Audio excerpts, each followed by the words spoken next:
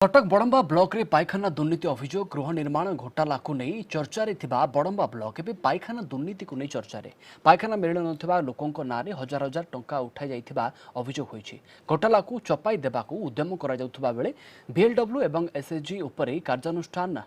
नहेबा लोकंक मनरे वर्तमान संदेह सृष्टि करिछि। अभियोगର सत्यता थिबा सरपंच कहिथिबा बेले तदंतरे समस्त सहायता करिबाकू से कहिसंते। मो ना बर्तमान पाइखाना ना मो घरे भी पाइखाना ना कि मो ना बिलटा हो जाए बिलटा को सहायक गोष्ठी खाई जी नहीं बिलटा करके सी मतलब 5 लाख कह तो घर मार्बल गोटे पाइखाना करदेवी मुझे काली राति टोटाल मना कली ना मुझे 5 लोक खाई मुझे 5 लाख हजम कर जो मुझे मैडम कही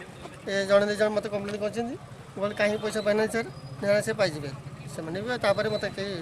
मो पाखे किसी कम्प्लेन किसी ना तदंत जो अभियोग आसूँ तदंत कले जना पड़ो कौन है कौन जहाँ आईन सम्मत कानून कि जहाँ ऑफिशियल कार्य